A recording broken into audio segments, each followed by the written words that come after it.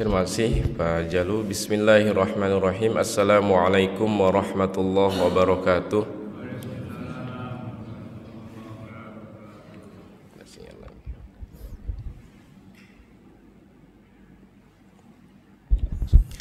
Alhamdulillah wa syukrulillah wassalatu wassalamu ala rasulillah wa ala alihi wa sahbihi wa man walah. Wala hawla wala quwwata illa billah. Rabbis shrah li sadri wa yassir li amri wahlul 'uqdatam min lisani yafqahu qawli. Subhanaka la ilma lana illa ma 'allamtana innaka antal alimul hakim. Allahumma iftah 'alaina futuhal 'arifin warzuqna fahman nabiyyin wa hifdzal mursalin wa ilhamal malaikatil muqarrabin. Allahumma barik lana fi Rajab wa Sya'ban wa balighna Ramadan. Amma ba'du, hadirin para alim ulama, tokoh masyarakat, jamaah Masjid Raya Telaga Kahuripan rahimakumullah jema'in. Semoga Allah senantiasa merahmati kita semua, mengokohkan kita dengan hidayah dan taufiknya, mengistiqomahkan kita dalam kebaikan, ketaatan, dan semoga Allah mewafatkan kita semua dalam keadaan husnul khatimah. Diperkenankan berjumpa dengannya sebagaimana firman-Nya, wujuhu yawma idzin nadhirah ila rabbiha nadhirah, bahwa kenikmatan tertinggi di akhirat kelak adalah lebih dari sekedar masuk surga, tetapi bisa berjumpa dengan Allah Subhanahu wa taala. Dan pada kesempatan kali ini kita sama-sama lanjutkan mengkaji salah satu kitab Al-Imam Al-Ghazali. Tempo lalu saya sudah pernah menyampaikan ini, tapi belum selesai. Maka kita lanjutkan, dan ini pun sebetulnya hanya summary ya. Jadi garis besar saja dari apa yang ditulis oleh Imam Al-Ghazali. Kalau mau detail-detailnya tentu kita bisa baca, tapi semoga summary ini atau resensi lah kita bisa sebutnya, bisa memberikan gambaran besar bagi kita apa yang ditulis oleh Imam Al-Ghazali dalam kitabnya ini.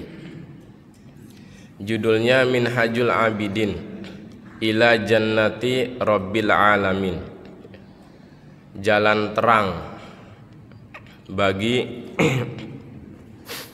para ahli ibadah untuk menuju surganya Allah Subhanahu wa taala, Rabb semesta alam.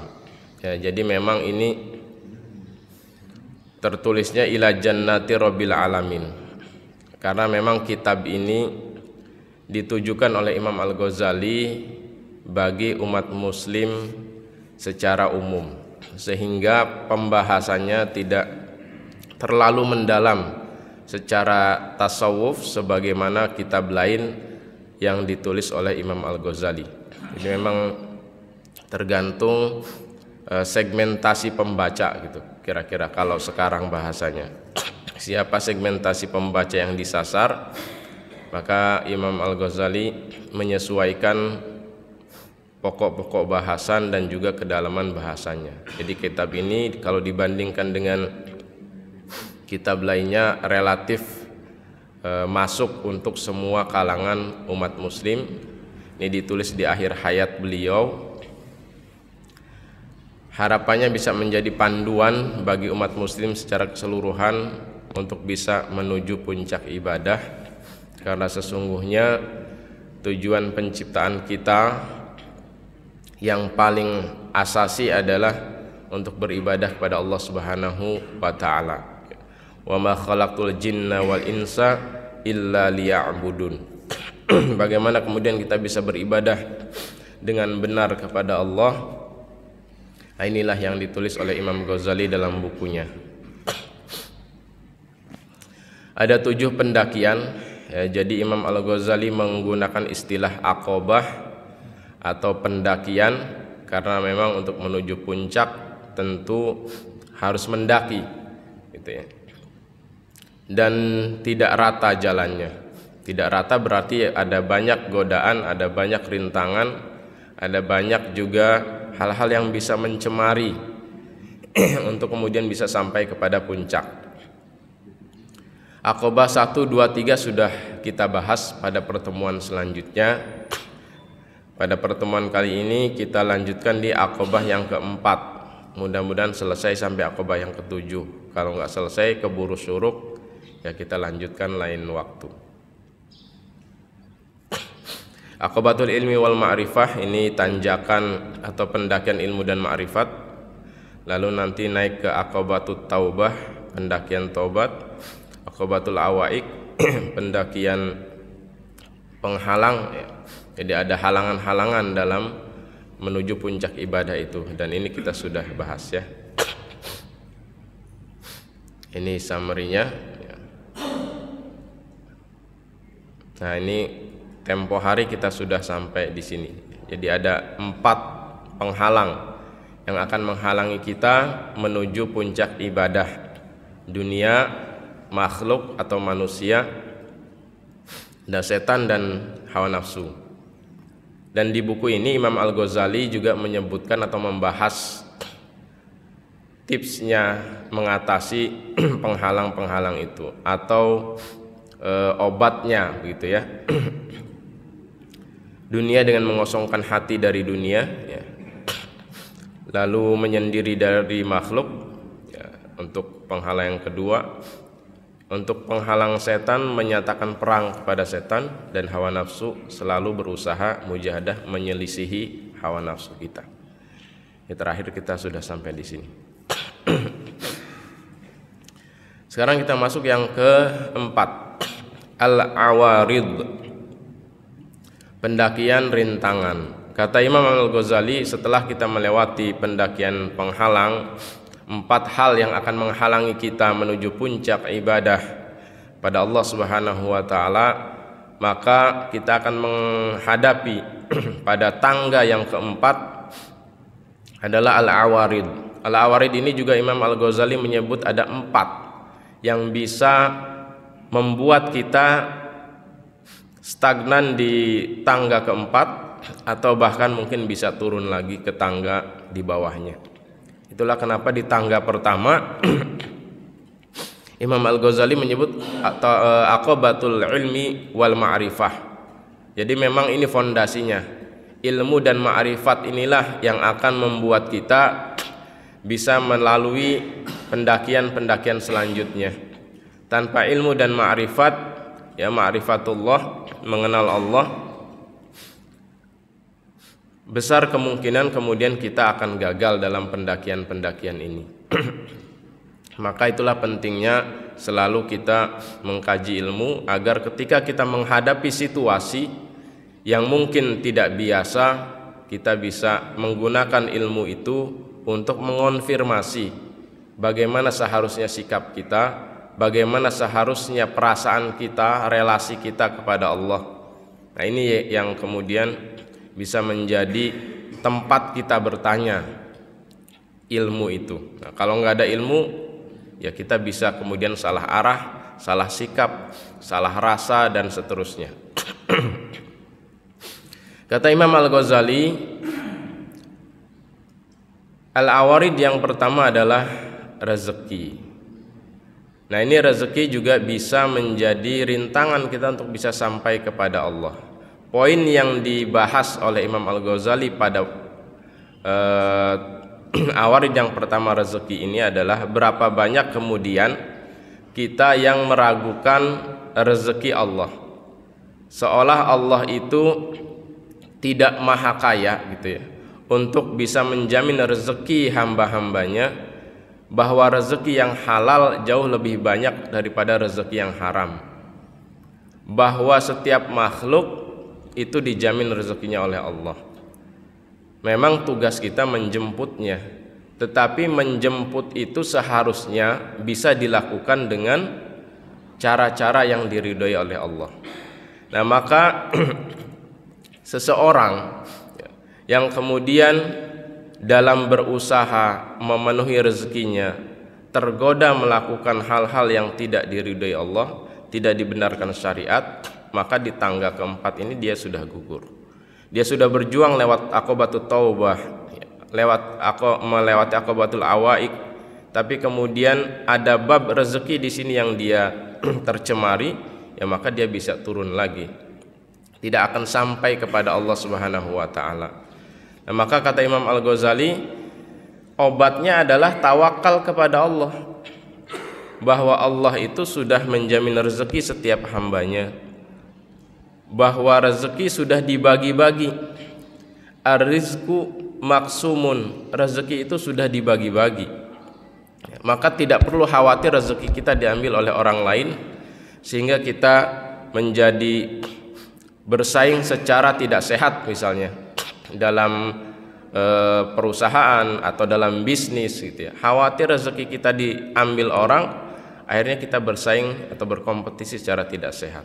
Nah, ini tanda bahwa kita gagal di sini.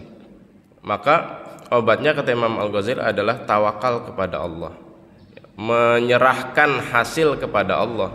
Tugas kita berusaha, berikhtiar. Ya, burung saja kan dijamin rezekinya oleh Allah.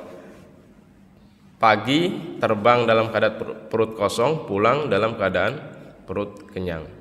Jadi jemputlah rezeki secara proporsional, secara benar, ya, secara adil terhadap waktu-waktu kita juga. Hasilnya serahkan kepada Allah. Berapa yang didapat, itulah bagian rezeki kita. Nah, ini yang pertama kata Imam Al-Ghazali, al-awarid yang bisa menggagalkan kita. Dan kalau kita hubungkan dengan konteks kekinian, ya mungkin banyak orang yang gagal di sini, gitu ya.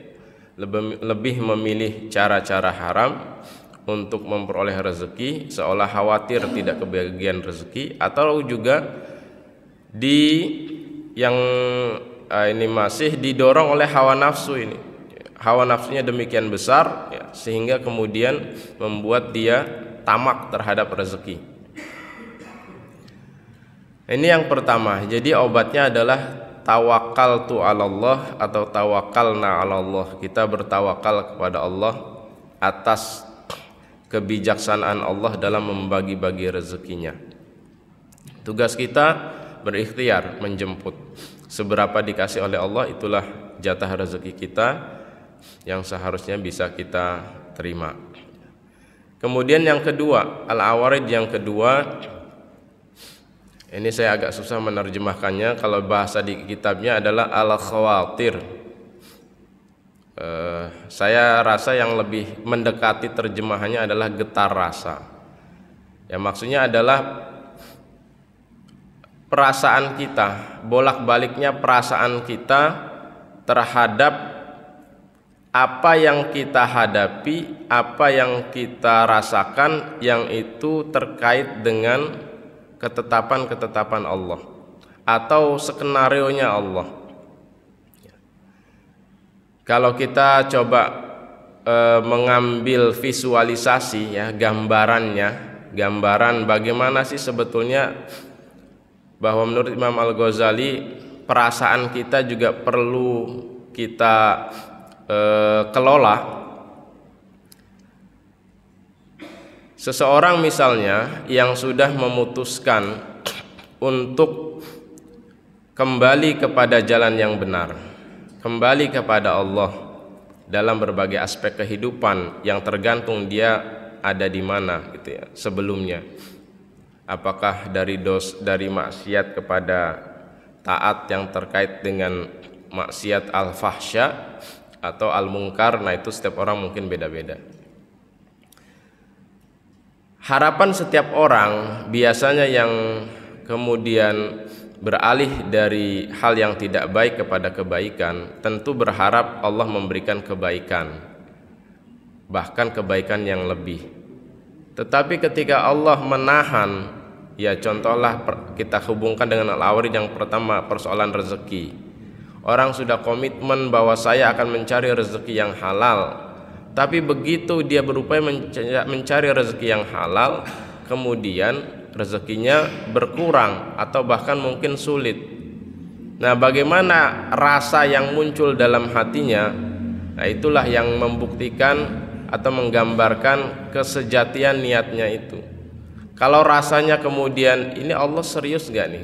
Allah bener gak janjinya? saya kembali kepadanya tapi malah hidupnya sulit, malah kemudian hidupnya serasa menemukan pintu jalan buntu, pintu tertutup, rezekinya jadi sulit dan seterusnya. Nah, rasa-rasa seperti itu yang muncul dalam hati kita, atau bahkan kalau sampai menggugat, mempertanyakan skenarionya Allah, nah ini yang juga bisa menggagalkan pendakian ibadah kita menuju Allah. Ummu Musa, ini juga kita bisa belajar kepada Ummu Musa yang dikisahkan dalam surat Al-Qasas, permulaan ayat sekitar ayat 5 sampai 10. Itu kan ceritanya waktu itu Fir'aun membuat kebijakan, kita sudah sama-sama tahu, setiap bayi laki-laki Bani Israel harus disembelih. Nabi Musa itu lahir saat tahun kebijakan harus disembelih. Maka Ummu Musa ini bingung harus diapain ini bayi laki-lakinya ini. Lalu kan Allah mewahyukan wa auhayna ila Ummu Musa an ardi'i, ya, ketika menyusuinya itu diilhamkan agar dihanyutkan ke sungai Nil. Nah, itu ilham dari Allah menjawab kebimbangan Ummu Musa dengan bayinya ini harus diapakan. Tapi begitu dihanyutkan ke sungai Nil, di ayat selanjutnya dikisahkan peti itu diambil oleh salah satu pembantunya Asia, dan kemudian diambil oleh Asia. Logika berpikir kita kan seharusnya peti itu hanyut kemana gitu, diambil oleh orang di ujung desa atau di mana sehingga selamat. Itu kan logika berpikir kita.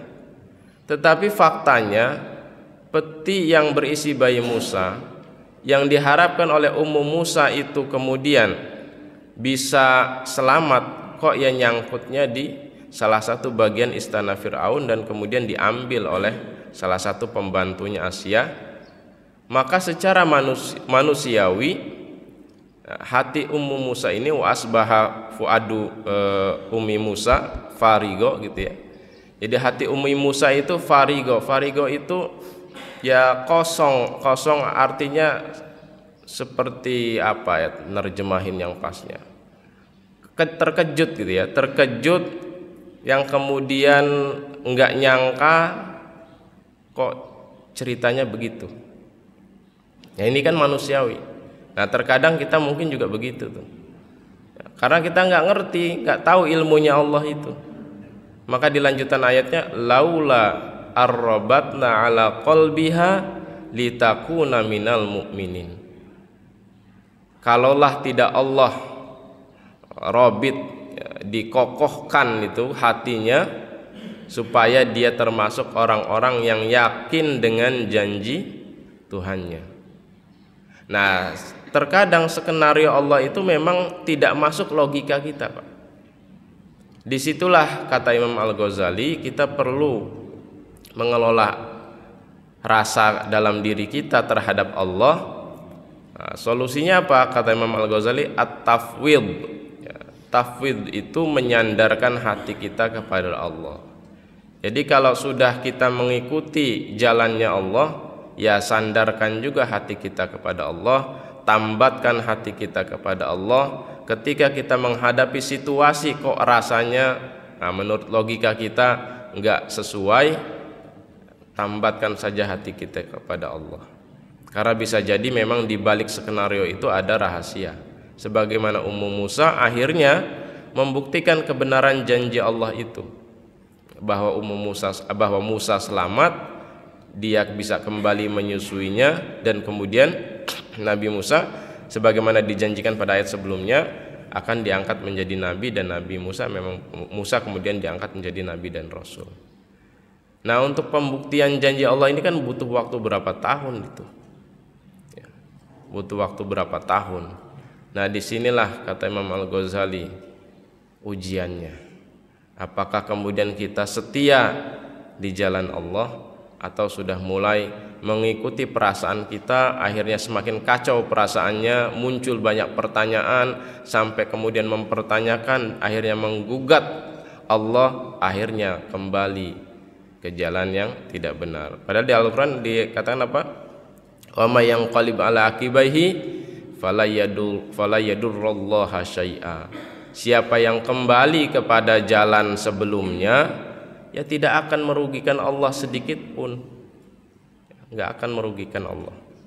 Nah, ini yang kedua. Jadi sandarkan hati kita, tambatkan hati kita kepada Allah, yakin dengan skenarionya Allah ketika kita menghadapi situasi yang rasa-rasanya menurut logika dan perasaan kita tidak sesuai, karena ilmu kita yang terbatas. Yang ketiga, musibah. Musibah juga bisa menjadi penghalang kita untuk bisa naik kepada Allah. Karena musibah ini rasanya nggak enak, Pak. Kalau nikmat rasanya enak. Setiap orang ditanya mau nggak diberikan rezeki, rumah mau, mobil mau, uang yang banyak mau. Tapi kalau musibah, ini rasanya nggak enak. Rasanya nggak enak ini bertolak belakang dengan hawa nafsu kita yang inginnya enak-enak. Itulah kenapa musibah ini juga bisa menjadi rintangan bagi kita untuk sampai kepada puncak ibadah. Maka solusinya kata Imam Ghazali, ya bersabar. Sabar nggak sabar, musibah yang ditakdirkan menimpa kita pasti menimpa. Jadi daripada kita ngegerutu dengan musibah, kan lebih baik bersabar. Ngegerutu atau enggak, musibah yang ditakdir terjadi ya terjadi. Tugas kita hanya kemudian ya awareness, menjalankan sabab musabab itu dengan baik gitu. Bukan berarti kemudian menjadi sembrono. Kalau sudah musibah ya musibah saja, tapi dia sembrono, itu salah, keliru, gagal faham. Jalur asbab ya tetap dilaksanakan dengan baik. Tetapi kemudian terjadi musibah, yang paling gampang itu kan soal berkendaraan. Sudah hati-hati, ikuti rambu-rambu dan seterusnya, tahu-tahu di belakang jeder gitu kan, ada mobil atau motor yang nabrak kendaraan kita. Kan itu di luar kendali kita. Mau marah-marah ya udah terjadi, gimana marah-marah. Nah, cari saja solusinya yang terbaik, win-win solusinya seperti apa. Atau sakit, kayaknya saya sudah 4 sehat 5 sempurna. Oh ya sakit-sakit, yang waktunya sakitnya sakit lah ya.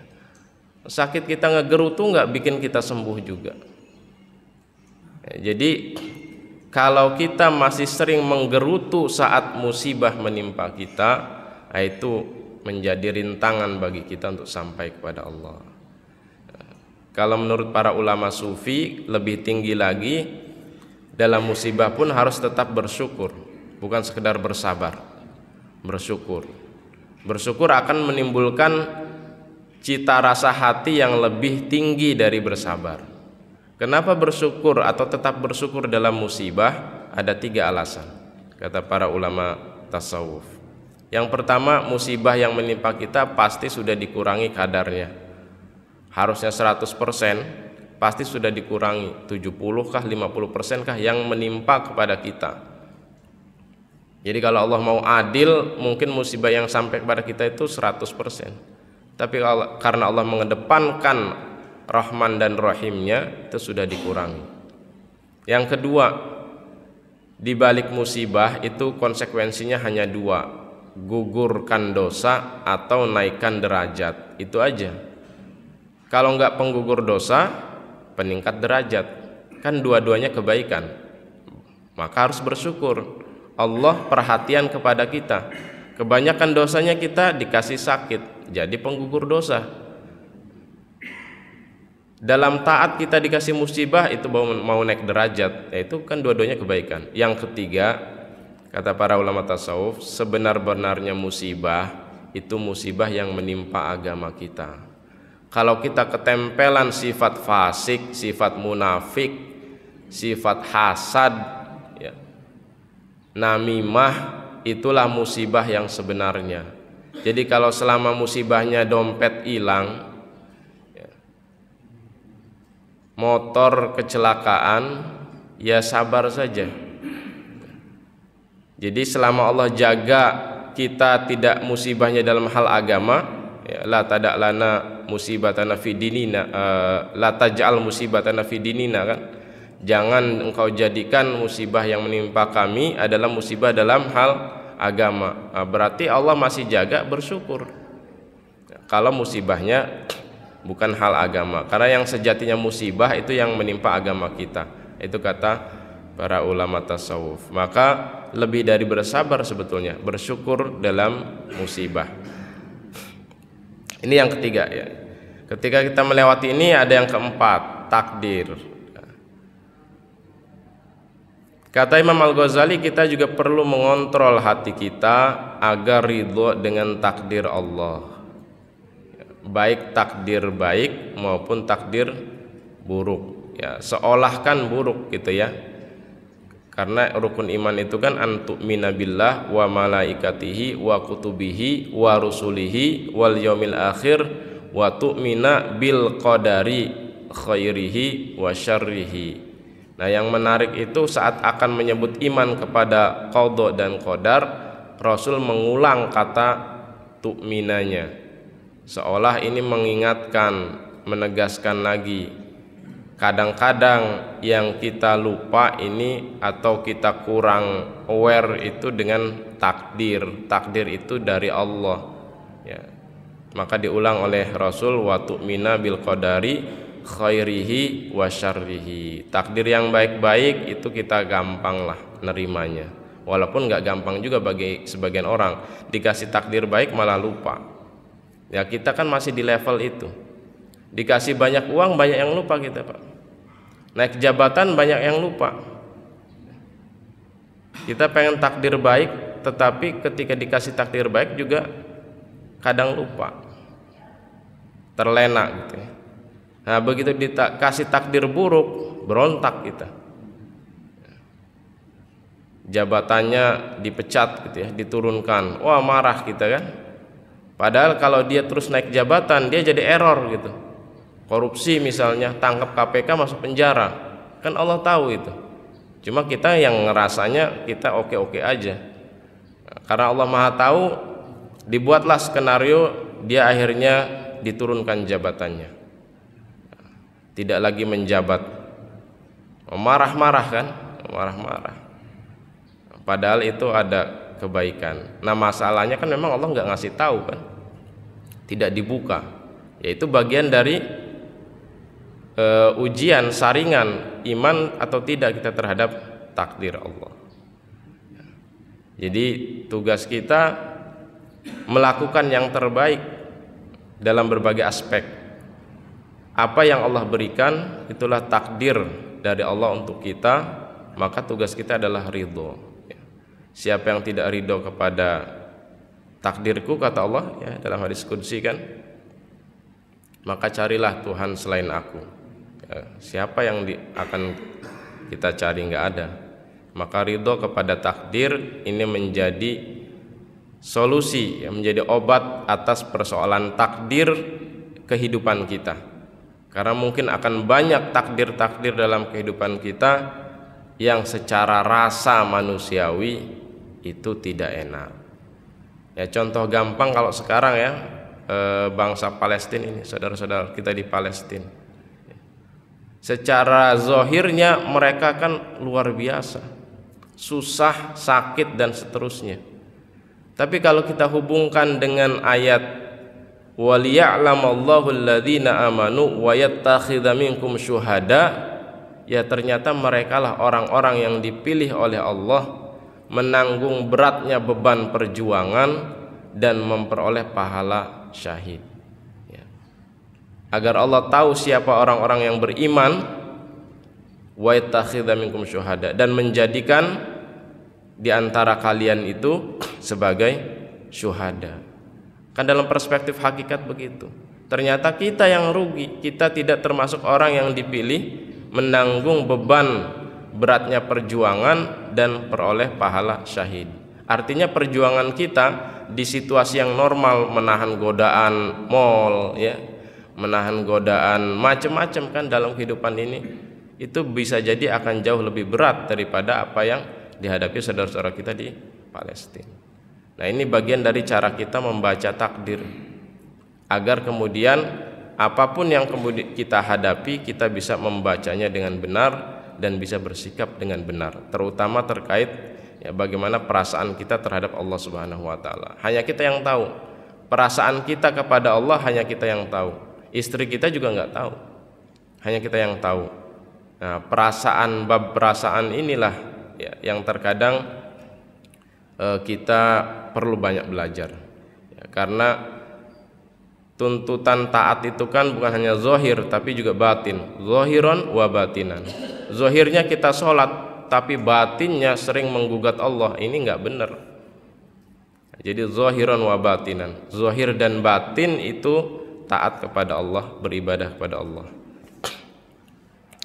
Yang kelima, al-bawa'is, ya, pendakian pendorong. Ya, ini sudah mulai meninggalkan halangan-halangan, rintangan-rintangan. Ya, kata Imam Al-Ghazali, untuk sampai kepada puncak ibadah perlu mesin pendorong agar kita staminanya tetap prima, semangatnya tetap kuat untuk terus naik. Nah, maka mesin pendorongnya ada dua. Kata Imam Al-Ghazali, ada khauf dan roja. Nah, ini perlu dijalankan secara beriringan, tidak boleh berat sebelah. Karena kalau berat sebelah juga bisa mengakibatkan atau menghasilkan sikap hati yang tidak benar. Terlalu berat dengan khauf, kita bisa seolah-olah lupa dengan besarnya rahmat Allah.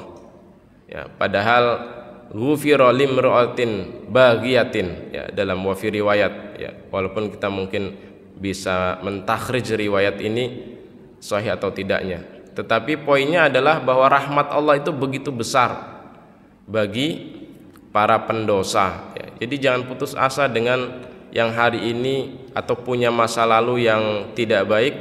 Lihatlah, tataplah rahmat Allah. Nah, sebaliknya, kalau kita sekarang dalam keadaan taat, jangan meremehkan dosa, jangan ngegampangin dosa, karena bisa jadi dosa itu bukan karena dosanya yang mencelakakan kita, tapi karena murka Allahnya itu. Kita ngeremehin dosa seolah-olah kan kita ngeremehin Allah. Nah, sebagaimana orang yang pelacur yang berlumur dosa itu kemudian melakukan satu kebaikan kecil, tapi karena lillahi ta'ala, yang datang itu rahmatnya Allah, bukan hitung-hitungan kebaikannya masih kecil, dosanya segitu banyak lalu ditimbang masih berat dosanya, enggak gitu. Allah menyambut dengan rahmatnya, maka dosa yang besar itu terkalahkan dengan rahmat Allah yang lebih besar itu, lebih luas itu. Pun sebaliknya, pahala kita yang banyak, kebaikan kita yang banyak, tapi kemudian kita datang kepada Allah dengan dosa yang berbalut motif kesombongan. Ya misalnya saya sudah banyaklah pahalanya, kebaikannya, sesekali buat dosa nggak apa-apa lah, masih menang pahala saya, masih banyakkan kebaikan saya. Sekali, dua kali, tiga kali buat dosa, hitung-hitung masih kalah. Nah itu hati-hati kalau begitu. Allah bisa datangnya dengan al-muntakimnya itu. Maka kebaikan yang banyak itu nggak ada artinya kalau sudah Allah datang dengan murkanya. Nah maka al-khauf dan roja ini berjalan beriringan.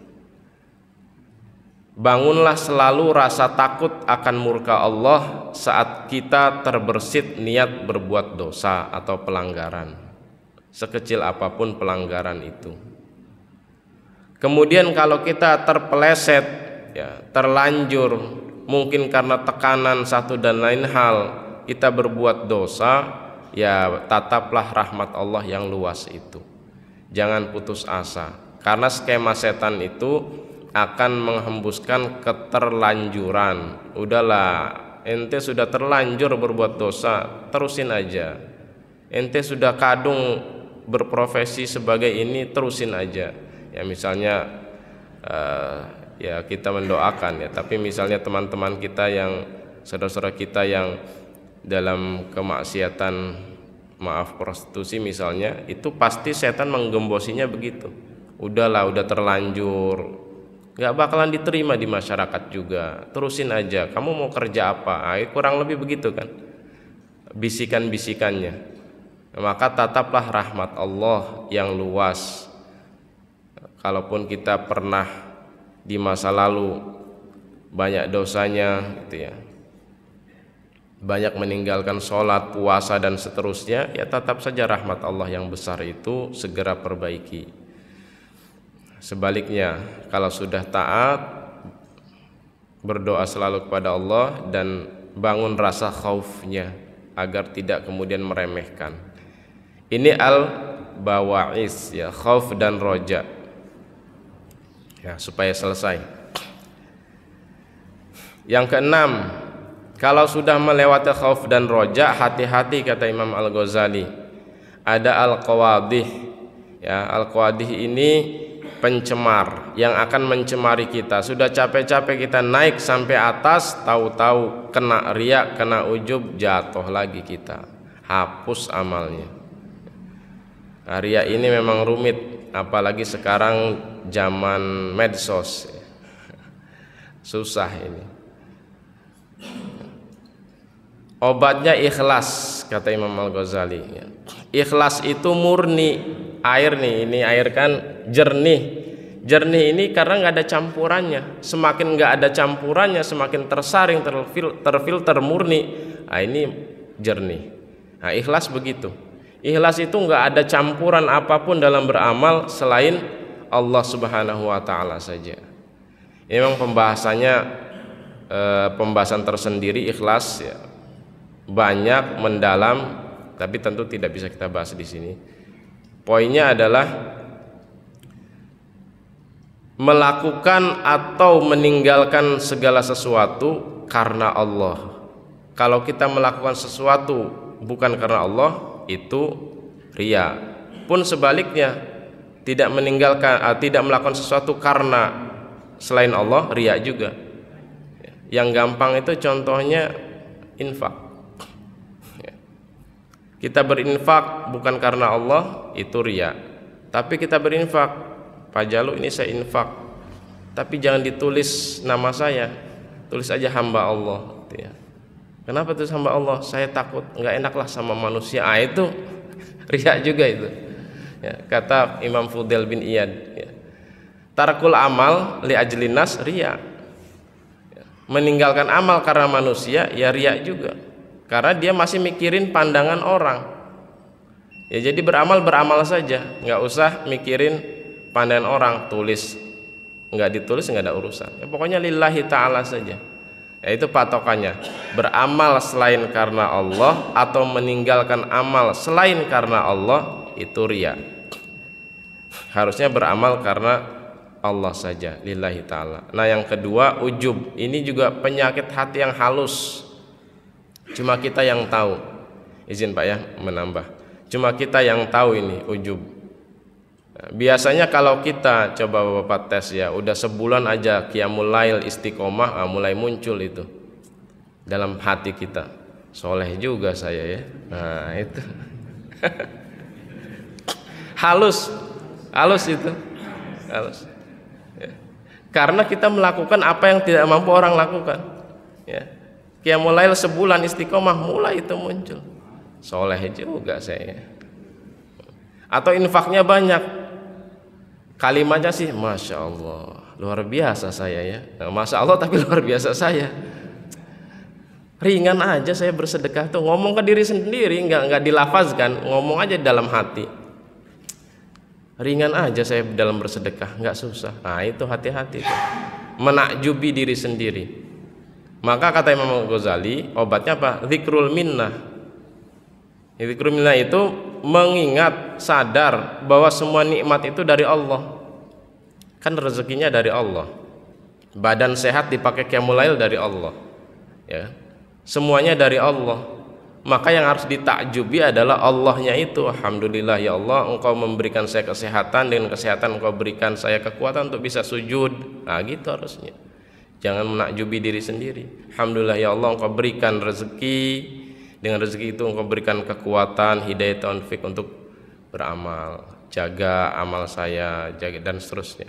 Jadi yang diagungkan Allah bukan dirinya. Itu zikrul minnah. Jadi zikrul minnah mengingat-ingat bahwa semua nikmat dari Allah sekecil apapun, nafasnya aja dari Allah. Kalau nafasnya diambil bisa kita sholat? Nggak bisa. Nafasnya dari Allah bisa kita kerja, dapat gaji, dapat uang? Nggak bisa. Itu yang paling mendasar. Nafas kita saja dari Allah. Ya, jadi zikrul minnah ini akan mengobati ujub. Yang terakhir supaya selesai, yang ketujuh, pendakian aqabatul hamdi wasyukri, pendakian pujian dan syukur. Ya, pujian ini hanya ditujukan kepada Allah. Hati-hati kalau sudah sampai naik lagi di puncak ketujuh, kata Imam Al-Ghazali, jangan terlena oleh pujian. Kalau ada orang yang memuji atas kebaikan-kebaikan kita, segera kembalikan kepada Allah. Ya, doanya Sayyidina Abu Bakar itu ketika dipuji, Allahumma la tu'akhidni bima yaqulun waghfirli ma la ya'lamun waj'alni khairum mimma yadhunnun. Ya Allah, jangan Kau bebankan aku dengan apa yang mereka ucapkan, maksudnya pujian yang mereka sampaikan kepadaku, dan ampuni atas apa-apa yang tidak mereka ketahui tentangku. Ya kan, karena ditutup aja aib kita, celah kita, sehingga orang memuji. Waj'alni khairum mimma yadhunnun, dan jadikan aku lebih baik dari apa yang mereka sangkakan kepadaku. Nah, itu. Jadi kembalikan kepada Allah. Kalau dapat pujian, kembalikan kepada Allah, itu haknya Allah.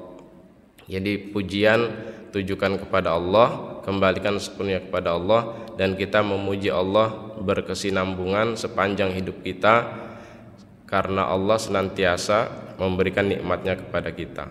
Nah, jadi ketika sudah sampai di ketujuh, banyak-banyaklah memuji Allah. Fasabbih bihamdi rabbika wastaghfir. Ya, itu kan ketika Fathul Mekah ya. Jadi ketika kita sampai di puncak pencapaian, banyak-banyaklah memuji Allah, karena itu semua dari Allah, pertolongan Allah. Banyak puji Allah, lalu bersyukur kepada Allah. Syukur mengikat nikmat dan menambah nikmat. Sebaliknya, kufur itu berarti menghilangkan nikmat Allah. Nah, di pendakian ketujuh ini, terakhir ini, inilah kemudian ketika seseorang sudah sampai di puncak ibadah, maka sikap hidup yang harus dibangun adalah pujian kepada Allah dan syukur kepada Allah. Banyak-banyak memuji Allah, banyak-banyak bersyukur kepada Allah. Demikian kurang lebih apa yang dibahas oleh Imam Al-Ghazali dalam kitabnya Minhajul Abidin sebagai panduan dari beliau, ya, jalan terang bagi kita untuk bisa beribadah kepada Allah sampai kepada puncak ibadah, dan mudah-mudahan ila jannati rabbil alamin. Demikian yang bisa disampaikan. Mohon maaf salah dan kurangnya. Mohon ampun kepada Allah atas kesalahan-kesalahan. Hadanallahu wa iyyakum ajma'in. Subhanakallahumma bihamdika asyhadu an la ilaha illa anta astaghfiruka wa atubu ilaik. Wal 'afwu minkum. Assalamualaikum warahmatullahi wabarakatuh.